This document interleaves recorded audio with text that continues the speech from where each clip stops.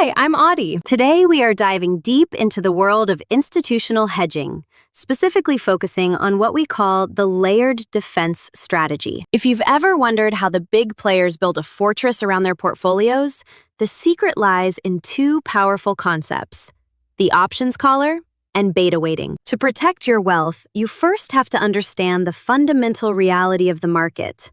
It takes the stairs up, but the elevator down. History shows us that markets spend about 80% of their time in a slow, steady climb, driven by a mix of fear and greed. However, that other 20% is characterized by the drop, sharp, violent corrections where value evaporates quickly. As the saying goes, before you build a shelter, you must know how hard the wind blows. The first step in building that shelter is measuring the wind, which in finance we call beta. Beta measures a security's volatility relative to the S&P 500 benchmark. A low volatility stock like Procter & Gamble has a beta of 0.47, making it a Sunday drive, while the S&P 500 itself sits at the market standard of 1.0. On the other end, a high volatility thrill ride like Tesla has a beta of 1.64. You simply cannot hedge effectively without knowing the beta of your holdings. Once you know the volatility, you have to look at how your assets move in relation to the market using the correlation matrix. High correlation assets, like broad ETFs, move with the market and can be hedged using index options. Uncorrelated assets, such as biotech or meme stocks, move independently and require individual stock hedges. Be careful with inverse correlation assets like short ETFs. You should not use standard puts for these. Remember, hedging a high beta portfolio like Tesla with S&P 500 puts requires precise beta weighting adjustments. Now let's look at the first layer of defense: the floor. This involves buying a long put, which gives you the right to sell your stock at a specific price regardless of how far the market falls. There is a give and take here. The give is the premium you pay out in cash, which acts as your insurance cost. The take is the benefit of absolute downside protection, effectively capping your maximum loss while leaving you with unlimited upside potential. While a floor sounds great, pure insurance has a major drawback. It is most expensive when you need it most. For example, if your stock is at $520 and you pay $12.50 for a put, your new break-even price jumps to $532.50. This means you start the trade at a loss, and the stock must rise 2.4% just for you to break even. This cost drag is why many investors hesitate to hedge, but there is a way to offset this expense. That brings us to layer 2.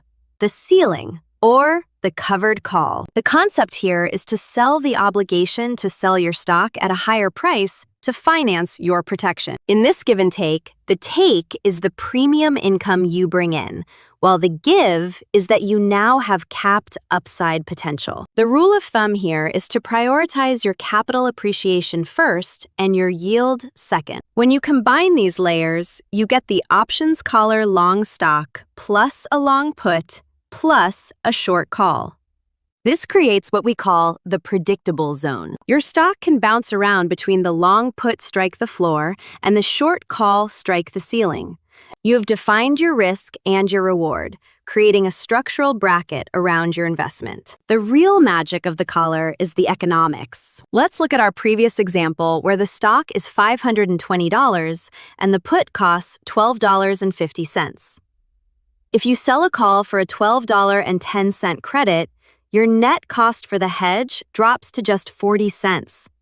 By using call income to pay for your put cost, you have essentially secured your portfolio for a fraction of the original price. If you want to get even more aggressive, you can use the hedge fund twist to create a net credit hedge. This involves selling a further out-of-the-money put, say at $480, while owning the $510 put. This creates a protected zone, known as a put debit spread. While this generates extra cash to cover costs, keep in mind that you are accepting extreme downside risk if the stock falls below that bottom strike. For those with many holdings, collaring every single stock is tedious. Instead, you can collar the entire portfolio using index options, like the SPX or XSP. To find the number of contracts needed, simply divide your total portfolio value by the index value. A key benefit here is that index options are cash settled, meaning there is no risk of stock assignment, making them very tax efficient. When it comes to picking your strikes, don't guess, measure. Use technical analysis to define your structure. You should place your short call at a clear resistance level and your long put at a support level. Technical analysis defines the architecture. If support breaks and the fall accelerates, that is exactly where your insurance must kick in to save the portfolio. Timing is everything. Our mantra is, fix the roof while the sun is shining. When volatility is low, IV rank less than 50, options are cheap.